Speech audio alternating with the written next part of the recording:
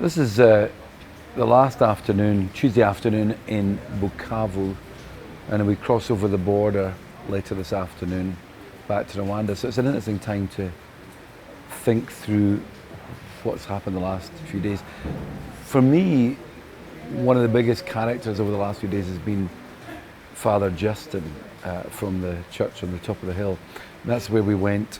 We met Father Justin on Saturday first thing at the Justice and Peace Commission.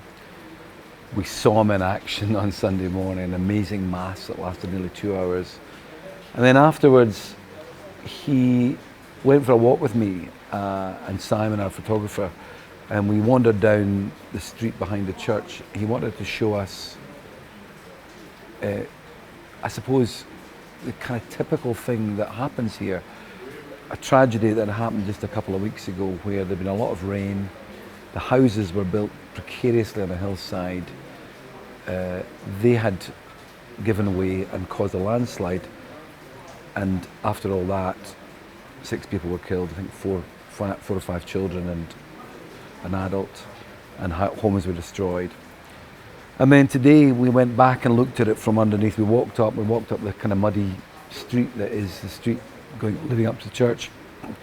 And along with Father Justin and an assembled group of local street kids who obviously really respect and listen to him, he showed us again the final place where for 5 days these children had lain until they were rescued.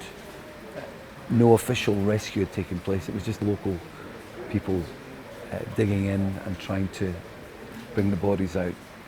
But the message of all that was, for Father Justin, when he got quite emotional about it, was, look, this is what's happening here. People are flocking to the city. They're leaving behind the countryside because they're scared of the armed violence, the sexual violence that's been happening. They're coming to the city. They're trying to find work. There is no work. They're trying to build homes. There are no homes.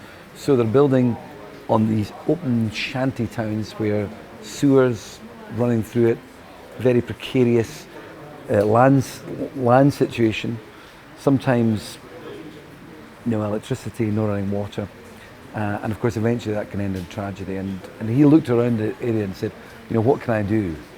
And you know, I thought to myself, well, what can I do? What we can do is try and support him, I suppose, and that's one of the reasons why we're here, to say, look, SCIAF is trying to support what you're doing.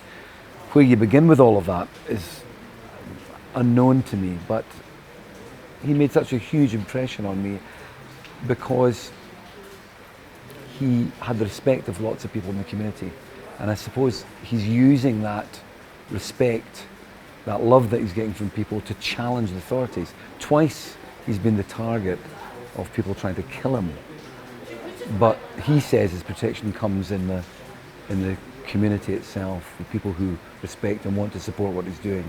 So I think it's great that SCIAF is supporting him and the work that he's doing.